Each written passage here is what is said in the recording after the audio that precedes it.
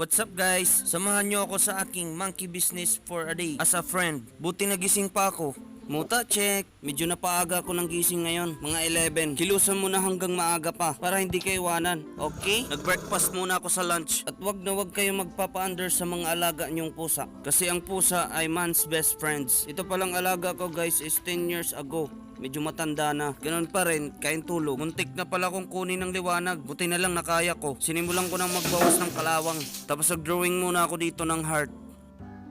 Hala, Pokemon. Si Bulbasaur siguro to. Or di kaya si Charmander. Sabon check. Tanggal talaga pati pangarap. Reminders lang. Uminom kayo ng basong 8 ang isang araw. Hindi yung 8 glass of Red Doors a day. Sama ako dyan. Okay? Tcharan! Ang fresh ko na sa personals. Helmet check.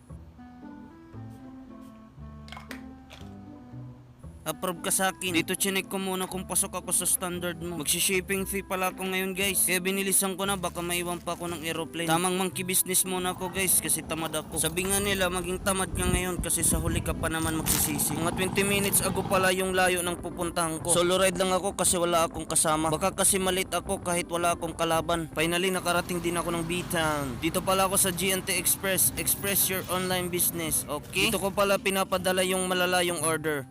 Hala, pastry bill.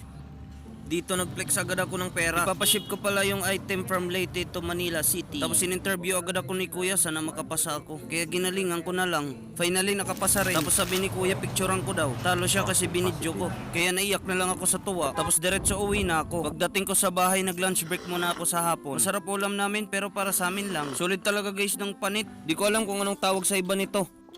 Masarap siya guys, parang karne ng baboy. Naparami tuloy ako ng kain. Ayun tuloy, nalubat. Just walk up, check.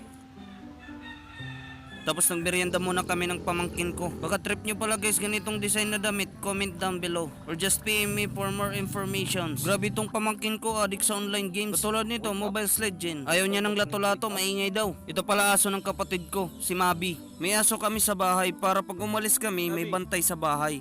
Pero di naman kami makalis kasi walang bantay sa aso. Iwan ko ba? O sige na, tama na. Sana hindi nyo nagustuhan itong video na to. Sana nasayang ko ang araw nyo. At sana wag muna kayong kunin ni Lord pati ako. O sige na, gabi na. Salamat sa pagsama. Mahal ko kayo guys.